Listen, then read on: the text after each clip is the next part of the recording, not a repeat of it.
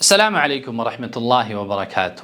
ولی په دې وخت کې خلک چې د دین نه لرېوالی اختیاروي، آیا په دین باندې عمل سخت شوی دی او که په موږ کې کمزوریانې راغلي دي؟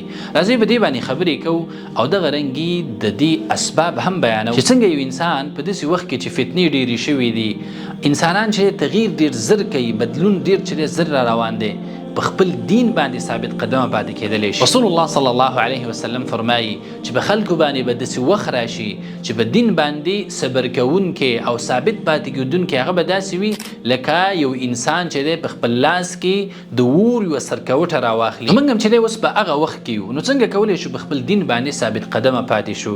نو یو څو خبرې چې دی هغه واوره. اولنی عمل محترم ورونو هغه د قرآن کریم سره تعلق جوړول دي، ځکه قرآن کریم داسې یو کتاب دی چې کله انسان دې سره تعلق جوړ کی نو د انسان په دنیا کې د گمراهۍ نه بچ کیږي او دغه رنګ په آخرت کې دا د شقاوت او بدبختۍ نه بچ کیږي. الله رب العالمین فرمایي فمن اتبع هداي فلا يضل ولا يشقى. قرآن کریم د الله رب العالمین هغه رسۍ ده چې کله انسان ځان په دې پورې وتړي نو د انسان ژوند به چې د سکون او اطمینان او راحت نه ډک شي او د انسان به چې د اصل ژوند په مقصد باندې پوه شي. نو خپل ورځنی ژوند یوه مهمه برخه چې د قرآن کریم وګرځوه، د دې چې تلاوت کوه او په دې باندې چې د ځان پوهه کولو او عمل کولو کوشش وکړه. دغه رنګ دویم عمل محترم ورونو هغه د فرایضو پابندي ده، د 5 وخته مونځ پابندي چې دا د یو مسلمان دپاره ډېره زیاته ضروري ده تر څو دا په دین باندې ثابت قدمه پاتې شي. د مونځ کې الله رب العالمین دا طاقت ایښودی دی چې کله انسان د دې پابندي کوي نو الله رب العالمین چې دی د لویو ګناهونو نه، د ګمراهۍ نه او د منکراتو او فحشاو نه چې دی د انسان بچ کوي او دې ته چې دی نجات ورکوي. الله رب العالمین فرمایي ان الصلاة تنهى عن الفحشاء والمنکر. نو کلم چې دی په مونځ کې سستي مه کوه. دریم چې د محترم ورونو هغه د ملګرو انتخاب، دا د انسان په ژوند کې ډېر لوی اثر لري. نو خپل شاوخوا ملګري چې دی نیکان صالحان وټاکه چې کله م تا نه ګناه کېږي داسې یو ملګری ته ولري باید چې هغه تا ته نصیحت وکړي چې کله م ته لاره غلطې، داسې یو ملګری په خپل ژوند کې ولري چې هغه تا ته لاره سیده کړي. ملګري چې دی هغه د انسان په ژوند کې ډېر لوی اثر لري.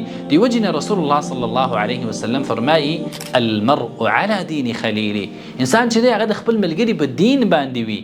نو د ښو ملګرو انتخاب هغه ډېر زیات ضروري دی تر څو ته په دین باندې ثابت قدمه پاتې شي. او که چېرته ملګري دي ناکاره او بدبخته نو د هغې بد اثر چې دی په تا باندې ضرور کېږي او د دې هېڅ چاره نشته دی چې یو انسان دی د بدو ملګرو سره یي، د هغې شاوخوا ملګري د بدي او دا د پکې نیکي تقواداري او په دین باندې رواني او ثابت قدمه دي. څلورم چې دی محترم ورونو د ټولو نه ضروري څیز هغه د رب العالمین نه دعا کول او خپل رب ته رجوع کول، ځکه د انسان زړونه چې دي د رب العالمین په لاسونو کې دي، هغې چې وغواړي هر طرف ته اړولی شي.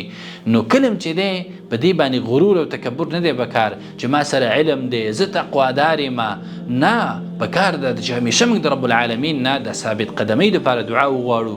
ځکه رسول الله صلی الله علیه وسلم به د الله رب العالمین نه دا دعا غوښتله یا مقلب القلوب ثبت قلبي على دينك. د زړونو اړونکه راړونکه ذاته زما زړه چې دی ستا په دین باندې ثابت قدمه که. نو چې کله رسول الله صلی الله علیه وسلم دا دعا کوي نو موږ له خو پکار ده چې همیشه د دې دعا چې دی اهتمام وکړو، ځکه انسان چې دی ډېر زیات کمزوری دی، نه په خپل علم او نه په تقوا او نه دې کې دومره طاقت شته دی چې د انسان دی په دین باندې ثابت قدمه پاتې شي غیر د رب العالمین د توفیق نه. نو همیشه چې دی د خپل رب نه دعاګانې غواړه چې ربه ما په دین باندې ثابت قدمه پاتې کړي.